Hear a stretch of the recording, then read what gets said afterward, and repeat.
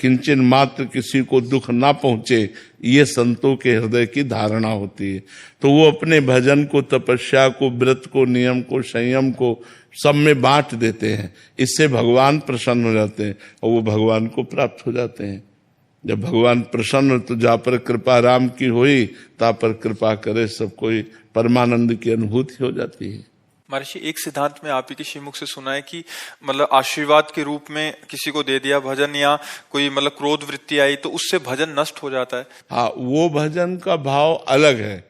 जब हम भगवान का भाव करके दे रहे हैं कि मेरे भगवान सब में है और सुखी हो जाए, और जब हम पर्सनल आशीर्वाद देंगे किसी एक को कि हमारा शिष्य हमारी बहुत सेवा की, तो फिर वो जो भजन जाएगा वो उसका लाभ करेगा, लेकिन देने वाले का लाभ नहीं होगा, क्योंकि उसने सेवा स्वीकार कर ली है।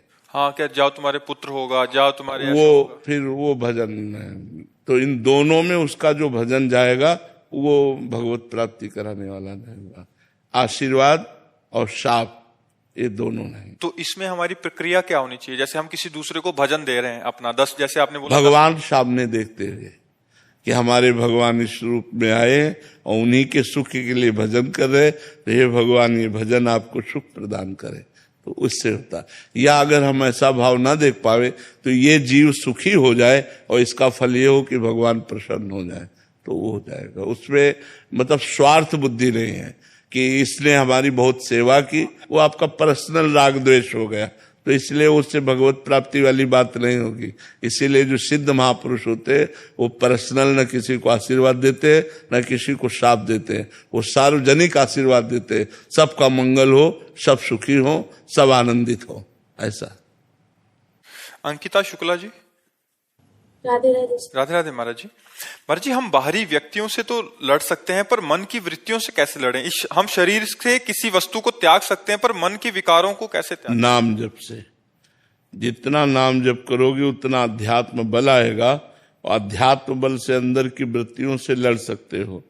और सही पूछो तो जब नाम जप का स्वाद आने लगता है तो अंदर कोई असत वृत्ति उदय ही नहीं होती, वृत्तियां ही लय हो जाती है। जिन वृत्तियों से लड़ने की बात कर रहे हो वो वृत्तियां ही नहीं रह जाती है। भजन तो करके देखो, अब भजन के बिना तो कितना लड़ोगे, हार जाना पड़ेगा। वो वृत्तियां ऐसे तरंग की तरह उठती रहेंगी, आप कितनी देर लड़ोगे, कितनी देर, आपको हारना पड़ेगा।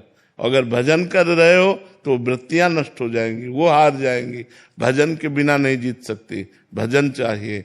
खूब नाम जप करो, राधा राधा राधा राधा राधा, और लंबे समय तक करो, और आदर के सहित करो, और निरंतर करो, तब माया पर विजय प्राप्त हो जाती है। भगवान मन बहुत साफ सफाई के लिए बोलता है, हर चीज में, पूजा पाठ में साफ सफाई करो, मतलब बहुत परेशान करता है।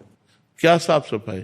अब कोई भी पूजा कर रहे, कहीं हाथ ना लगे, कोई गलत ना छुए, भगवान को नहीं छू सकते, प्रसाद हो तो बिल्कुल शुद्ध होना चाहिए। हाँ, तो इसमें गलत बात क्या है? नहीं, वो आप हमको हाथ में प्रसाद दीजिए, हम प्रसाद लेके मुंह में डालेंगे, तो हमको 100 बार अपने को समझाना पड़ेगा कि ये प्रसाद है, मुंह जूठा नहीं है। पर हमारे हाथ ऐसे बंद जाएगा, हमारा हाथ तभी खुलेगा जब टोटी के नीचे जाएगा, कि हम किसी को छू ना लें। तो ये तो पवित्रता चाहिए ना। प्रभु हर चीज में होती नहीं, तो हर चीज में होती, क्यों नहीं, हर चीज में हमको भी होती है, पर वो टेंशन थोड़ी होता है। वो तो हमारी पवित्रता है, वो तो हमारी सावधानी है।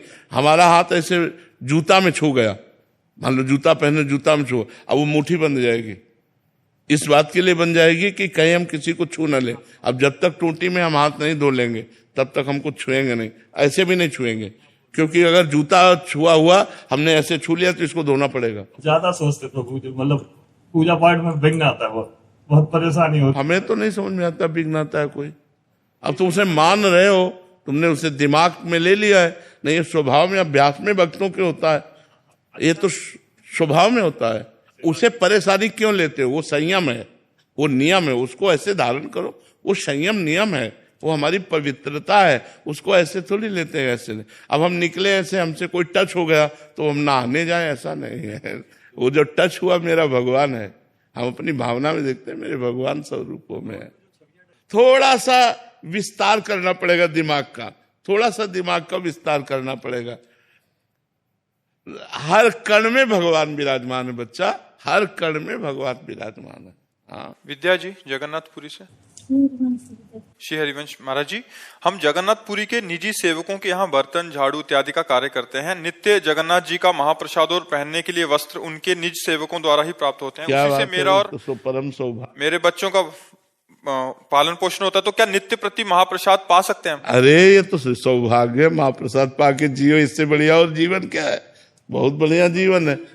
सत्संग में हम सुने आपसे किसी का दिया हुआ वस्त्र, किसी का दिया हुआ। सत्संग में हमने आपके द्वारा सुना कि किसी का दिया हुआ वस्त्र या किसी का दिया हुआ भोजन सहसा नहीं लेना। नहीं, आप तो सेवक हो ना उनके, तो स्वामी के द्वारा भरण पोषण जो हो रहा है वो किसी के दिए हुए, मतलब हम किसी के यहाँ पोछा बर्तन झाड़ू करते हैं तो हम तो सेवक हुए ना उसके। अब वो हमें वस्त्र दे रहा है, हमें भोजन दे रहा है, हमें पैसा दे रहा है, हमें वास दे रहा है, तो वो तो हमारी सेवा के परिणाम से दे रहा है। हम कोई उससे भीख थोड़ी मांग रहे हैं। और प्रसाद तो ऐसी चीज है कि आप तो सेवा करते हो, सेवा ना करता हो, पता हो यहाँ प्रसाद मिलता है तो मांग के खा लेना चाहिए। हम तो प्रसाद मांगने के लिए हर समय सब तैयार रहते कि नहीं। मंदिर में प्रसाद बट रहा हो, आप करोड़पति हो, तो भी आपका मन कहेगा ए भैया थोड़ा सा हमको भी देना। प्रसाद में तो मांगा जाता है, ये तो तुम्हें स्वाभाविक मिलता है। खूब पाओ प्रसाद। मन में भाव आता है, वो लेना देना रहते तब फिर जन्म लेना पड़ता है। नहीं नहीं नहीं, प्रसाद में नहीं होता, प्रसाद में जन्म नहीं लेना पड़ेगा। प्रसाद पाओ, खूब नाम जप करो, बहुत अच्छा है, बहुत सौभाग्य है। प्रदीप जी दिल्ली से। श्री हरिवंश। राधे राधे महाराज जी। महाराज जी, क्या हनुमान जी के व्रत का उद्यापन आवश्यक है? ये कह रहे हैं कि हम उनकी भक्ति केवल कोई मनोकामना से नहीं करते, बट हाँ, मनोकामना से नहीं करते तो कोई जरूरत नहीं, लेकिन अगर मनोकामना और संकल्प से करे तो फिर उद्यापन करना चाहिए। जो संकल्प ले, अगर ऐसे सहज में तो सहज में भी कोई परेशानी नहीं। शेर सिंह जी। राधा वल्लभ सिंह। राधे राधे महाराज जी। महाराज जी, मैं पहले जब वृंदावन आया था तो हफ्ते तक वृंदावन में ही रुका, बहुत आनंद आया। फिर अगली बार जब आया तो आनंद थोड़ा सा कम हो गया महाराज जी। अभी महाराज जी वो उत्साह आंसू जैसे पहले आए थे महाराज जी, आप पहले जो आनंद होता है भगवान की कृपा से मिलता है, जीव को आकर्षण करने के लिए। फिर उसको धीरे धीरे स्वयं साधना के द्वारा आनंद लेना होगा। पहले पहले जैसे भजन में एकदम आनंद मिलता है ना, वो अपने भजन का आनंद नहीं होता, भगवान उसे आकर्षित करने के लिए अपनी तरफ से देते हैं। उस आनंद को हम जो स्वाद लिया अब साधना के द्वारा प्राप्त करना पड़ेगा। नारद जी के प्रसंग में आता है कि वो जब बालक थे तो जब भगवान के भक्तों की 4 महीना सेवा करने के बाद संत चले गए, माँ पधार गई, तो घोर जंगल में गए और एकांत में बैठ करके पीपल के नीचे जे भी ध्यान किया तो ये भगवान की मधुर झांकी आ गई और वह तुरंत अंतर ध्यान हो गई। अब बहुत व्याकुल, बार बार ध्यान धरें लेकिन वो रूप ना आवे। तब आकाशवाणी हुई कि अय बालक, मैं तुम्हारे मन को आकर्षित करने के लिए केवल ये आनंद दिया है, अब तुम्हें जीवन भर साधना करके परिपक्व होना पड़ेगा, फिर तुम मेरे स्वरूप को प्राप्त होगे। तो वही भजन करके फिर नारद जी के रूप में प्रकट हुए। तो जो हमें प्रारंभ में भजन में आनंद मिलता है वो हमारा भजन का आनंद नहीं होता, वो भगवान की तरफ से दिया हुआ आनंद होता है। अब उसी के लोभ में हम अपना भजन बढ़ाएं और धीरे धीरे उस आनंद की तरफ बढ़ें। आशा जी कानपुर से। राधे राधे। राधे राधे महाराज जी। महाराज जी, हमारा मन हमारा मित्र है या शत्रु? क्योंकि कभी कभी ये भजन या नाम जप में सहयोग करता है अथवा करने के लिए प्रेरित करता है, तो कभी बिल्कुल भजन से विमुख कर देता है, कहता है कि आज भजन करने का बिल्कुल ही मन नहीं है। तो हम क्या और कैसे इसे 2 विभाग मन के हैं, एक शत विभाग है, एक अशत विभाग है। जब शत विभाग वाला मन शतोगुण होता है तो वो जोर पकड़ता है, भजन करो, दान करो, तीर्थयाटन करो, शास्त्र स्वाध्याय करो, चलो देव दर्शन करते हैं, सत्संग करते हैं, वैसे भागवती। और जब अशत मन वाले को रजोगुण या तमोगुण का संग मिल जाता है तब वो भोग वासना, द्वेष, हिंसा, ऐसे प्रमाद, आलस्य, ऐसी स्थितियां लाता है। तो 2 विभाग है मन के, सत विभाग और अशत विभाग। एक ही मन की 2 स्फुरणाएं हैं। तो हमें चाहिए कि उसकी असत स्फुरणाओं को नष्ट कर दें, असत प्रेरणा को ना माने। जब हम सात्विक भोजन करेंगे, शास्त्रों का स्वाध्याय करेंगे, नाम जप करेंगे, तो ये हमें विवेक जागृत हो जाएगा कि ये असत है और हम उसको नकार देंगे। जब हम मन को नकारते हैं तो वो हमें जलाता है, उस जलन को जो सह जाता है वही परमात्मा प्राप्ति के योग्य हो जाता है। इसलिए मन की असत वासनाओं को, असत स्फुरणाओं को, असत चिंतन को, असत संकल्प को हमें त्यागना होगा। धीरे धीरे हमें पहचानना होगा कि ये सत है और ये असत है। ये सत असत की पहचान विवेक से होती है और ये विवेक शास्त्र स्वाध्याय और सत्संग से प्राप्त होता है। बिन सत्संग विवेक न होई। जहां विवेक हुआ तो वो सत असत की पहचान बता देगा कि ये गलत है, ये सही है। जो सही है वो बात हम मान लेते हैं और जो मन की स्फुरना गलत है वो हम बात नहीं मानते। अब वो हमें चाहे जितना जलाए, हमें अशांत करेगा, हमें जलाएगा, लेकिन हमें उसकी जलन को सहना होगा। जो सह गया वही परमात्मा प्राप्ति के योग्य हो गया, जो टूट गया वही भोगों में फंस गया। समझ में आया? गीता गुप्ता जी, गुड़गांव से। राधे राधे महाराज जी। महाराज जी, आपके सत्संग से पता लगा कि इस जीवन का लक्ष्य भगवत प्राप्ति है। प्रभु तो सर्वज्ञ हैं, वह त्रिकाल ज्ञाता है प्रभु, तो क्या उन्हें पता होता है कि किस जीव को किस जन्म में भगवत प्राप्ति होगी, उसी के अनुसार उसे जन्म व परिस्थिति प्राप्त होती है? हाँ बिल्कुल, क्योंकि उनके लिए भूत भविष्य वर्तमान तीनों समान है। प्रभु को दिखाई देता है कि इस घटना के बाद इस जीव को सत्संग की प्राप्ति होगी, सत्संग से इसका मन मेरे में लगेगा, तो भगवान अनुग्रह करके, कृपा करके वो सब संयोग बना देते हैं और हमें भगवत प्राप्ति के योग्य बना देते हैं। भगवान को तो सब कुछ पता है, पहले से पता है उनको। उनके लिए भूत भविष्य वर्तमान का भेद नहीं है। उनके लिए वर्तमान के, जैसे हम वर्तमान के समय को जान रहे ना, ऐसे भूत के समय को भी जान रहे और भविष्य के भी समय को जान रहे। उनके सामने कोई पर्दा नहीं है। सौरभ जी। जय जय श्री हरिवंश। श्री हरिवंश। महाराज जी, महाराज जी, क्या किसी को बिना भजन के सुख प्राप्त हो सकता है? हमें किसी को सुख पहुंचाने का प्रयास कहां तक करना चाहिए? नहीं, बारी मथे घृत होए बरु, सिकता ते बर तेल, बिनु हरि भजन भवतरी, यह सिद्धांत पेल। पानी मथने से भले घी निकल आवे, निकलेगा भला? पानी मथने से घी निकलेगा, लेकिन कह रहे भले निकल आवे। बालू पेरने से तेल निकल आवे, भले निकलेगा? नहीं निकले। लेकिन ऐसा असंभव भी संभव हो सकता है, लेकिन बिना भजन के कोई इस दुखालय, अशांत, चिंतामय, जन्म मरण प्रदान करने वाले संसार से मुक्त नहीं हो सकता। तो सुख तो तभी पहुंचे जब दुख से निवृत्ति हो। और ये दुखालय है, आप चाहे जितना रुपया दे दो किसी को, चाहे जितना बढ़िया मकान बनवा दो, बहुत बढ़िया सब भोग सामग्री दे दो, फिर भी वो सुखी नहीं हो सकता, नहीं हो सकता। वो राग, द्वेष, हिंसा, क्रोध, जलन, काम, लोभ, मोह, मद, इनसे कैसे पार पाएगा? और दुख देने के लिए तो तैयार खड़े हैं। तो जब तक भजन नहीं होगा और इन विकारों पर विजय प्राप्त नहीं होगी, तब तक सुख हम किसी, अगर किसी को सुख देना है तो उसे प्यार से समझा दो कि राधा राधा जपो, कृष्ण कृष्ण जपो, नाम जप करो, अच्छे आचरण करो, बुरे आचरणों से बचो, तो एक दिन वो सुखी हो जाएगा। नहीं, व्यवस्था चाहे जितनी कर दो, वो सुख नहीं होगा। डॉक्टर विनोद जी, ग्वालियर से। राधे राधे महाराज जी।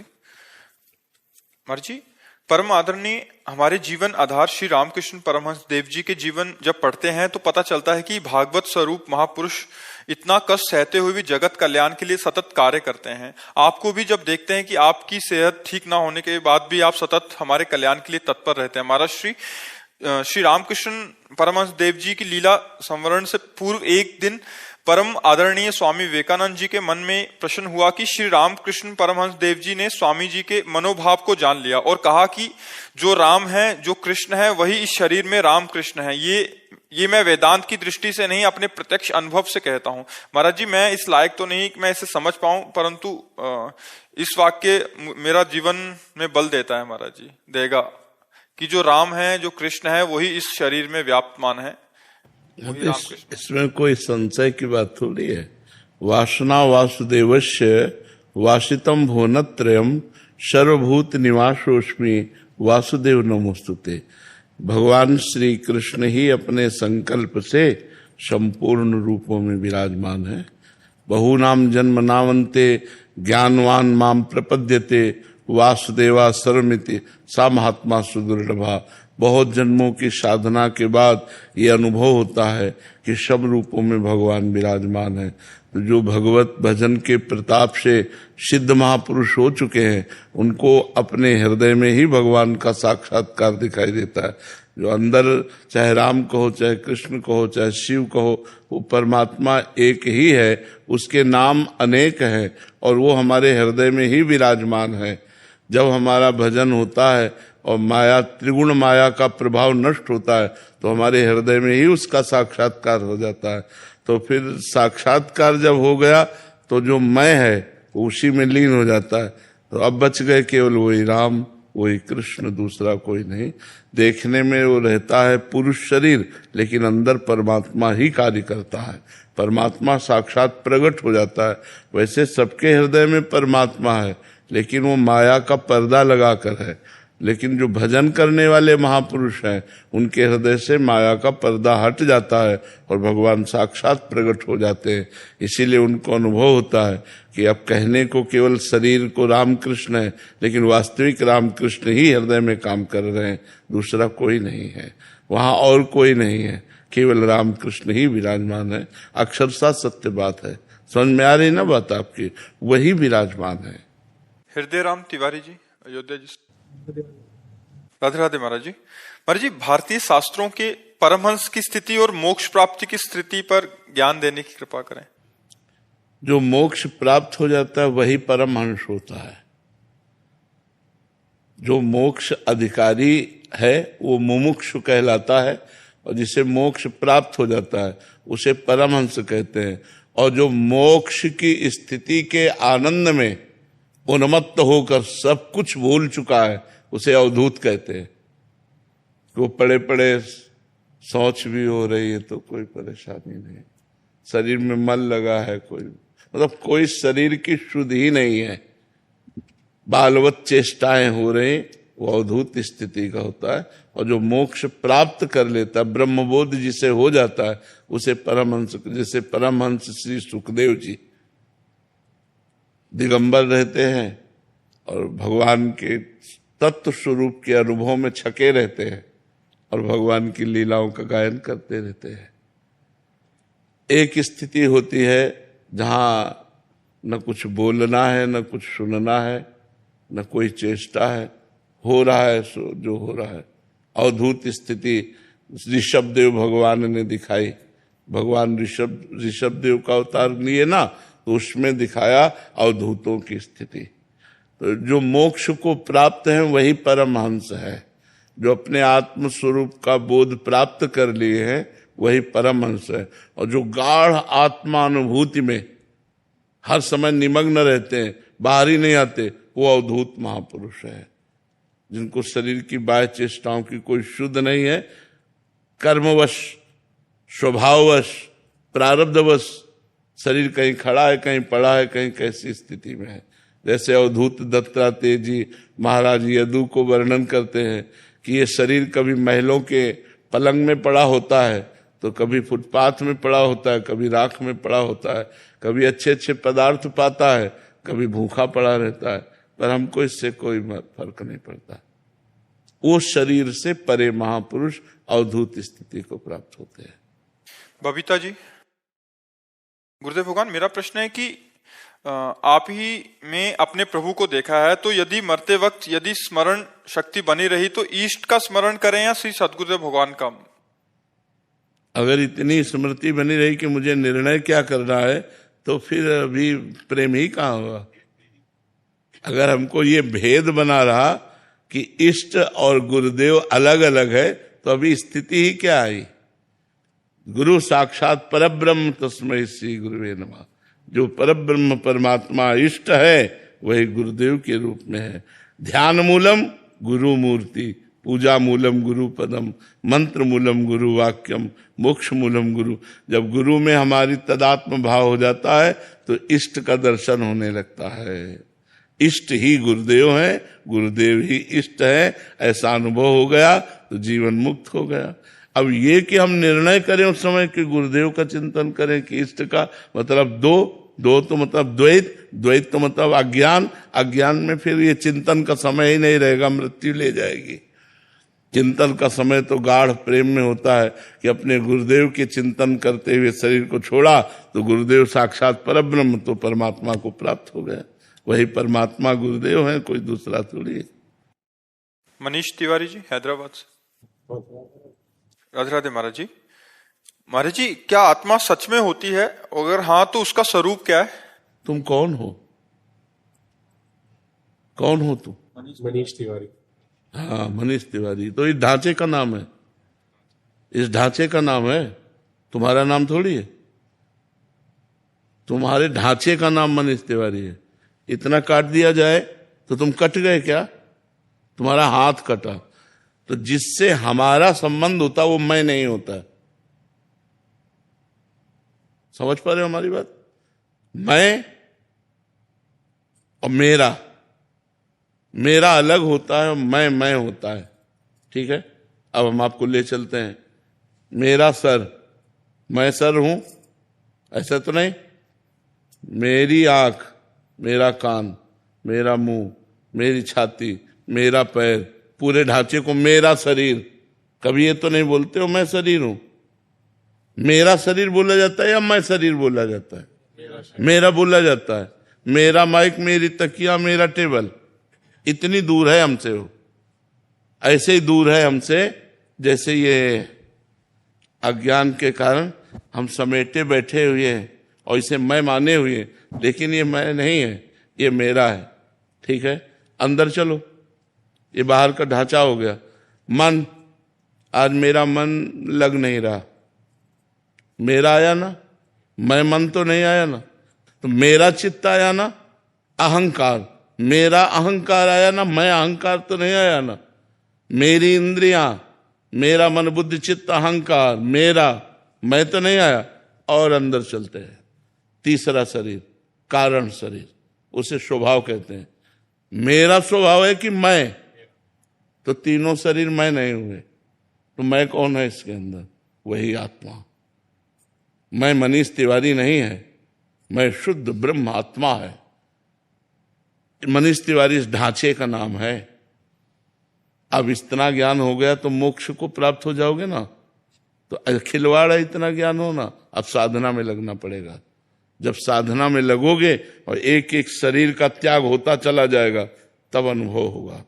और जब मैं का अनुभव हो गया तो मुक्त हो गए। पर जब अभी तो सुन लिया, अभी ज्ञान भी हो गया, तो ये ज्ञान काम नहीं करता। अभी तो कहा नकली ज्ञान और असली ज्ञान में अंतर होता है। नकली ज्ञान होता है पढ़ सुनकर, और असली ज्ञान होता है भजन करके अनुभव करके।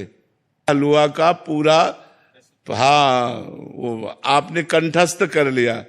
इतने ग्राम आटा होना चाहिए, इतनी बार कलाना चाहिए, वो ऐसा रंग हो जाना चाहिए, इतना घी, इतना चीनी, और सब पानी, और सब पूरा, लेकिन खाया कभी नहीं।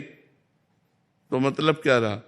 खाना है आत्मबोध होना, और ज्ञान है आत्मा का, ये हलवा का बनाने की प्रक्रिया पूरी सीख, सुन करके बोलना, अनुभव करना, हलवा बना के खाना, यह साधना। साधना करो, साधना से तब आत्मबोध होगा। किसी गुरु का आश्रय लेकर उसके अनुसार बताई हुई साधना में चले तो आत्मबोध। आत्मा तो तुम हो। देखो, ये चल रहा है, हमारी आवाज कवर कर रहा है, तो इसमें पावर बिजली का है कि नहीं? अगर करंट ना हो, दिखाई नहीं दे रहा, लग नहीं रहा, लेकिन करंट है इसमें। अगर पावर ना हो तो ये चलेगा नहीं। अच्छा, वही पावर इसमें आवाज खींच रहा है, वही पावर हाइड्रोजन में लाइट दे रहा है, वही पावर एसी में ठंडा कर रहा है, वही पावर हीटर में गर्म कर रहा है। पावर है। जब पावर नहीं रहेगा तो इस शरीर को जला दिया जाएगा, गाड़ दिया जाएगा, फेंक दिया जाएगा। पावर है, उसी पावर का नाम शास्त्रीय शब्दों में आत्मा कहते हैं। समझ रहे हो? हाँ, तो है ना, है उसी पावर को, जिस पावर से आप हाथ जोड़ रहे हो, जिस पावर से आप बोल रहे हो, जिस पावर से आप सुन रहे हो, जिस पावर से आप देख रहे हो, उसी पावर का नाम आत्मा है। अब उस पावर का जिसको हम वर्णन कर रहे हैं वो मैं है, वो मैं ही हूं। और मैं हूं में शीशा में देखो मैं हूं तो ये लगेगा मैं हूं, बस यही भ्रम है, यही माया है। इससे हटो और फिर अंदर देखो, जो मैं है वही पावर है, वही ब्रह्म है, वही आत्मा है, वही परमात्मा है। वो है, उसके बिना सत्ता ही नहीं है। जब आदमी मर जाता है तो ढांचा तो यही रहता है ना, लेकिन जो गया वो पावर, बिजली ऑफ हो गई, पावर खत्म, बोले मर गया। पावर आ गया, अरे बोले जी गया।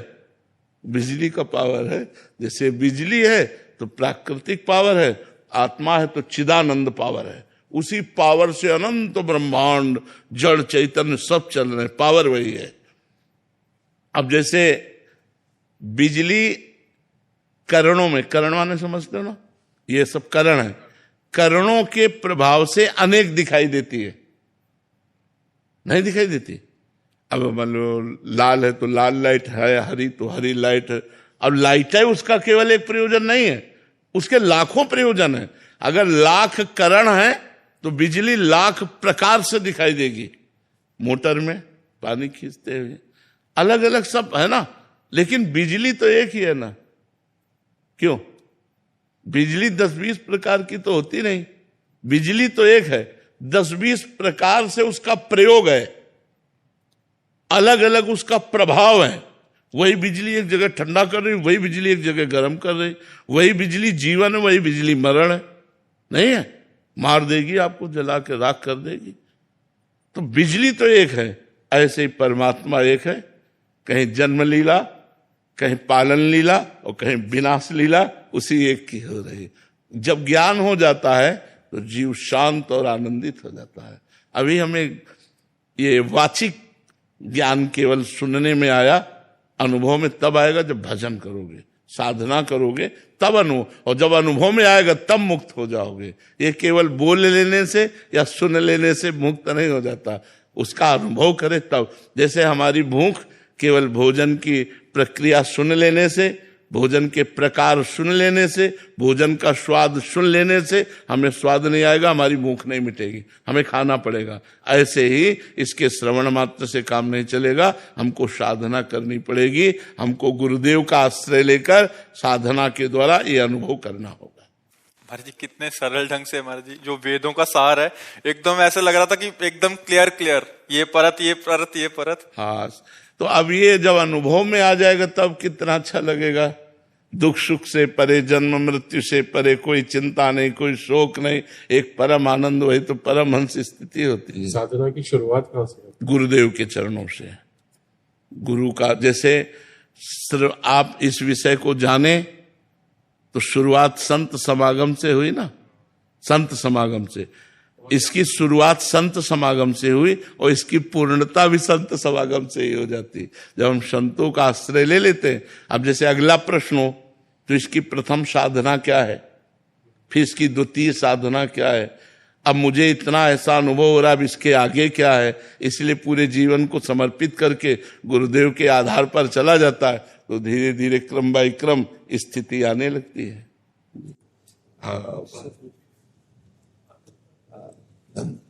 जी स्वामी जी की सेवा में थे, स्वामी जी बड़े संतुष्ट थे इनकी।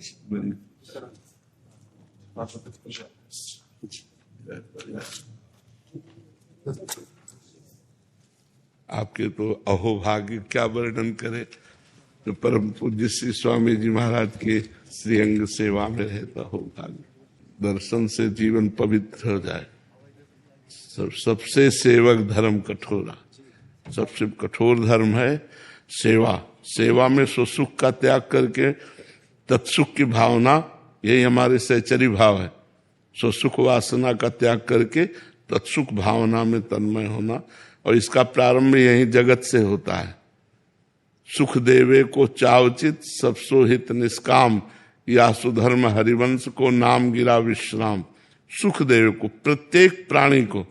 और फिर प्रत्येक प्राणी की बात अलग है, महापुरुषों को सुख देने की बात, ये तो भगवान की विशिष्ट कृपा होती है जिस पर उसी को ये सौभाग्य प्राप्त होता है। आपने श्री स्वामी जी की अंग सेवा की तो बहुत बड़ी सौभाग्य। सेवा तो महाराज संत ही करते हैं, जीव क्या करेगा। हाँ, पर कभी भगवान सौभाग्य देते हैं और बल देते हैं, कृपा करते हैं, तो सेवा की योग्यता प्रदान कर देते हैं। भजन तो प्रायः भाग्य से ही होता है, लेकिन सेवा शब्द एक अलग महत्व प्रकट कर देती है। सेवा में सुख वांछा का और देहाभिमान का नाश स्वाभाविक हो जाता है, क्योंकि स्वामी की आज्ञा पर तत्पर रहना है ना। और भजन करते करते हो सकता है कई जन्म लगे देहाभिमान नाश के लिए। देह भाव का जो नाश है बहुत कठिन है, चाहे वेदांत दर्शन कंठस्थ हो जाए तो भी देह भाव का नाश नहीं होता। देह भाव का नाश होना ये बहुत कठिन बात है, और सेवा एक ऐसा धर्म है कि ये देह भाव नाश स्वाभाविक कर देता है। इसीलिए गुरुपद पंकज सेवा तीसरी भक्त अमान, मान रहित होकर, तो मान रहित, मान का शब्द देह भाव से आता है। देह भाव रहित होकर के सुख वांछा का त्याग करके जो सेवा करते हैं उन्हें जो ज्ञान प्राप्त होता है वो वेदांत पढ़ने से नहीं होता। इसीलिए लिखा है, नायमात्मा प्रवचने न लभ्या न मेधया न बहुना श्रुतेन। न बहुत प्रवचन करने वाले को आत्मबोध होता है, न बहुत बुद्धिमान को होता है, न बहुत सुनने वाले को होता है। आत्मा जिसे वर्ण करती है, तो वर्ण करने का तात्पर्य गुरु, आत्मस्वरूप गुरुदेव जिस पर कृपा करके सेवा में ले लें तो बोध अपने आप अंदर ही प्रारंभ हो जाता है। वो त्रोटकाचार्य जी भगवान शंकराचार्य जी की सेवा में रहते थे, शरीर सेवा में। तो कभी जैसे वेदांत दर्शन की चर्चा हो रही तो बैठते नहीं थे, वो शरीर व्यवस्था में लगे रहते थे। तो एक दिन भगवान शंकराचार्य जी स्नान करके गंगा जी से आए, तो वो भगवान शंकराचार्य जी के वस्त्र प्रक्षालन कर रहे थे, लंगोटी वस्त्र आदि। तो उनमें से एक शिष्य ने कहा, भगवान इस सूत्र को व्याख्या करके समझा दीजिए। तो उन्होंने कहा कि त्रोटक भी आ जाए, त्रोटकाचार्य जी के लिए कहा। तो सब हंस दिए, क्योंकि वो कभी बैठते ही नहीं थे वेदांत चर्चा में, वो शरीर सेवा में लगे रहते, फलमनिया करना है, ये करना है, वस्त्र धोना है, ये। तो भगवान शंकराचार्य जी ने कहा, आप लोग समझते होंगे कि वो इस शरीर सेवा में है तो उनको ब्रह्म ज्ञान या वेदांत दर्शन, पहले को आगे कपड़ा। बोले बेटा इस सूत्र की व्याख्या कर दो। गुरु कृपा सूत्र की जो व्याख्या, सब आश्चर्यचकित। तब गुरु महिमा, जो महापुरुषों की शरीर सेवा करता है उसको जो बोध होता है वो पढ़ने लिखने से नहीं होता। पढ़ने लिखने से प्रवचन हो सकता है, लेकिन बोध, तत्व ज्ञान हो सकता है, लेकिन तत्व बोध ये अलग चीज है। तत्व ज्ञान की चर्चा आप कर सकते हो, लेकिन तत्व बोध हो जाना, वो बोध हो जाना, जैसे अपने श्री स्वामी जी महाराज थे, ये बोध संपन्न महापुरुष थे, बोध को प्राप्त। तो ऐसी गीता की चर्चा या तत्व ज्ञान की चर्चा तो बाहुल्यता है, लेकिन बोध प्राप्त महापुरुष की बाहुल्यता नहीं होती। वो शताब्दियों में कभी एक ऐसे प्रकट होते हैं, जैसे पूज्य पाठ श्री उड़िया बाबा जी महाराज, श्री शरणानंद जी महाराज, पूज्य श्री जयदयाल जी महाराज, पूज्य भाई जी महाराज, पूज्य बाबा, ये सब शताब्दियों में प्रकट होने वाले महापुरुष हैं जो बोध संपन्न महापुरुष है। और इनकी सेवा का तात्पर्य है अमोघस्य, महत्संगस्तु दुर्लभो, लेकिन अगम्य हो। अगर निर्वाह कर ले जाए सेवा का तो अमोघस्य, निश्चित भगवत तत्व का बोध हो जाए, निश्चित भगवत प्राप्ति हो जाए। वैसे पहले दर्शन हुए हैं, पहले दर्शन हुए हैं, क्योंकि दर्शन नाम से तो मुझे परिचय नहीं था, लेकिन रूप देखा तो मुझे लगा कि पहले दर्शन हो चुके हैं। हाँ, अभी कल साधकों ने कहा था, श्याम सखा जी ने, हाँ, कि आपके दर्शन के लिए तो हम भी लालायित थे कि स्वामी जी के जो अंग सेवा में रहे तो दर्शन करें। तो अभी दर्शन से अनुभव हुआ कि हम पहले दर्शन कर चुके हैं, कहीं कर चुके हैं, चाहे हितधाम में हो, हितधाम में जी। साधक संजीवनी के विषय में महाराज जी ने आपने कहा ना स्वामी जी का स्वरूप है, तो स्वामी जी ने भी ये बात कही एक बार महाराज जी कहीं से कार्यक्रम करके जाने लगे जी तो एक बालिका रोने लगी संतों के वियोग में, छुड़त एक प्राण हर ले जैसी बात। जी जी तो महाराज जी बोले तेरे पास साधक संजीवनी है क्या? जी बोले हाँ। तो बोले वो मेरा स्वरूप है, आप- फिर मैं तुम्हारे पास में ही हूँ। जी बिल्कुल तो जी बिल्कुल। इसीलिए हम प्रायः जब सत्संग में एकांतिक में कोई ऐसा प्रश्न आता है तो हम कह देते हैं कि व्याख्या गीता जी की तो बहुत महापुरुषों ने की है, आद्य गुरु भगवान शंकराचार्य से लेकर अभी तक बहुत महापुरुषों ने की, लेकिन जो स्वामी जी ने हृदय खोलकर सहज सरल शब्दों में किया है। अगर आप गीता समझना चाहते हो, साधना समझना चाहते हो, सिद्धांत समझना चाहते हो, वेदांत समझना चाहते हो, तो साधक संजीवनी मूर्तिमान स्वामी जी का स्वरूप वांग्मय स्वरूप है। वीडियो भी आया हुआ। हाँ वो वीडियो खूब देखा लोगों ने। हाँ दिखा के आप तो स्वामी जी ने जो धरोहर दी हम साधकों को वो अमूल्य है, क्योंकि महापुरुषों ने व्याख्या की, कहीं बहुत विद्वता पूर्वक की है तो कहीं बहुत घुमा के की। स्वामी जी ने एक एक चीज एकदम स्पष्ट कर दिया है, साधक को कहीं भटकने की जरूरत नहीं। सब सरल भाषा में भगवान जो बोल रहे हैं उसको कई कई प्रकार से वर्णन किया है, कई प्रकार से वर्णन किया है, अर्थ वर्णन किया, फिर परिशिष्ट, ऐसे अलग अलग करके जो वर्णन किया ना, तो पूरा उस समझ में आने के लिए है। इसलिए हर साधक को चाहिए कि अपने जीवन को भागवतिक बनाने के लिए साधक संजीवनी जरूर पास होनी चाहिए। एक श्लोक चाहे रोज पढ़े, एक श्लोक पढ़ करके उसकी व्याख्या का मनन करे और आचरण में उतारे तो भगवत प्राप्ति निश्चित है। जी समर्थ है साधक संजीवनी, भगवत प्राप्ति कराने में समर्थ है। ये हमारा अनुभव है। हाँ, हमारा अनुभव है कि समर्थ है वो। कहीं और ग्रंथों में ना अगर जाए तो पूर्णता है इसमें, और जाए तो मना नहीं है, लेकिन ना जाए तो पूर्ण है साधक संजीवनी का स्वाध्याय और मनन और आचरण में उतारने मात्र से भगवत प्राप्ति हो जाएगी। जी स्वामी जी ने भी एक बात कही है कि एक साधक के लिए एक साधक संजीवनी ही बोले जीवन भर के लिए काफी है। हाँ बिल्कुल बिल्कुल बिल्कुल। और बाबा जो कहते बाबा आशीर्वाद दे दो, बाबा ने जो बता दो इनको जीवन कैसे चलेगा, बस इतना ही आशीर्वाद देते हैं, क्या क्या इन्हें पालन करना। उद्धव जैसे परम ज्ञानी महात्मा जिनकी चरण रज की याचना किए वही तो गोपियां हैं, कोई और थोड़ी है। ये वृंदावन वासिनी ब्रजवासियों के घर में जो है ये वही गोपियां हैं। उद्धव और सुखदेव जैसे परमहंस जिनकी चरण धूलि माथे पे रखते हैं, ये तो हमारे ब्रजवासियों की उदारता है कि वो संतों का सम्मान सदैव नंद बाबा से लेकर के आज तक करते चले आ रहे, और इन्हीं की माधुकरी से सिद्ध होकर संत उन्हीं को दुलार करते, आशीर्वाद देते। हम संतों के पास क्या है? आप ब्रजवासियों की चरण धूलि और रोटी का टुकड़ा, ब्रजरज और ब्रजवासियों के टुकड़े ही है, उसी का प्रभाव है और कुछ नहीं। यहाँ बाहर तो बात अलग अलग है, वृंदावन में ब्रज में अगर कहीं कुछ है तो ब्रजरज और ब्रजवासियों की कृपा है, ब्रजवासियों की कृपा है। अब ये तो ब्रजवासियों की उदारता और महानता है कि वो संतों के चरण छूते हैं, आशीर्वाद लेते, बकाया सही बताएं तो उनके ऐसे कर कमल संतों के ऊपर पड़े रहे, बस यही सबसे बड़ी बात है। ब्रजवासियों का वरद हस्त रहे, यही बात है। जब ब्रजवासी छाती ठोक के कहता है तू बाबा मेरो, तो हम एकांत में ये चिंतन करके रोने लगते हैं कि हमारी श्री जी ने ब्रजवासियों के मुख से कहा कि बाबा तू मेरो है। मेरे लाडली लाल कहाँ बोलते हैं? इन्हीं के मुखों से बोलते हैं, इन्हीं ब्रजवासियों के मुखों से बोलते हैं। तो आपको क्या उपदेश करे? अब तो आपकी जूठन खाकर उपदेश देने लायक भले है।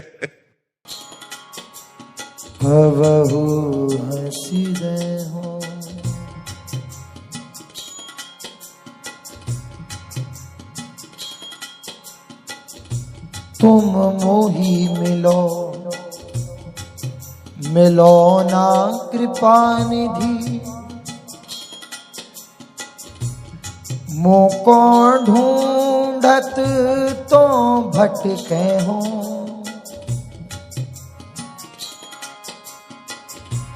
तुम मेरी सुनो सुनो ना किशोरी। हाँ मोको तो नित दीन रटे हो।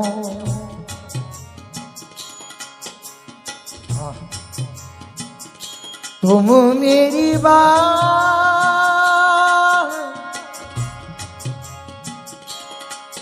मेरी बात,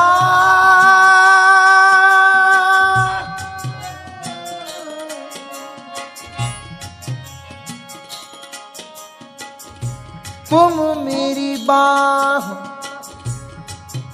गहो ना गहो हंसी, भुज पसार मुसो विनय करे हो,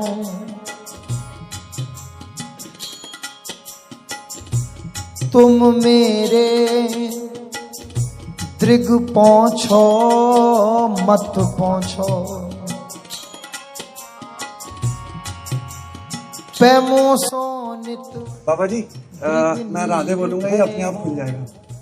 राधे हाँ नीच कहा मुख मांगो, बाबा जी एक राधे राधे बजा दो। इतनी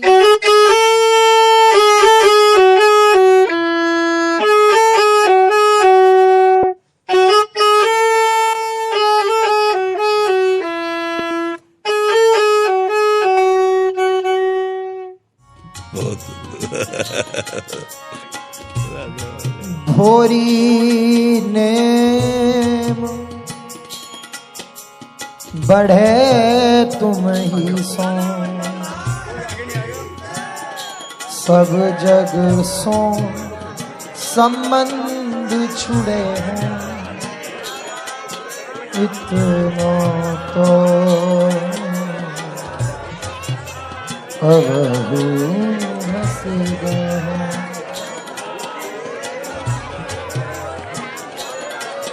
राधा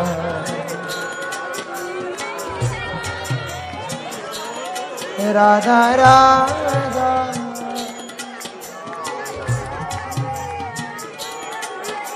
राधा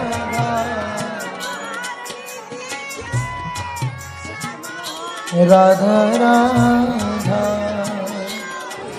राधा राधा राधा राधा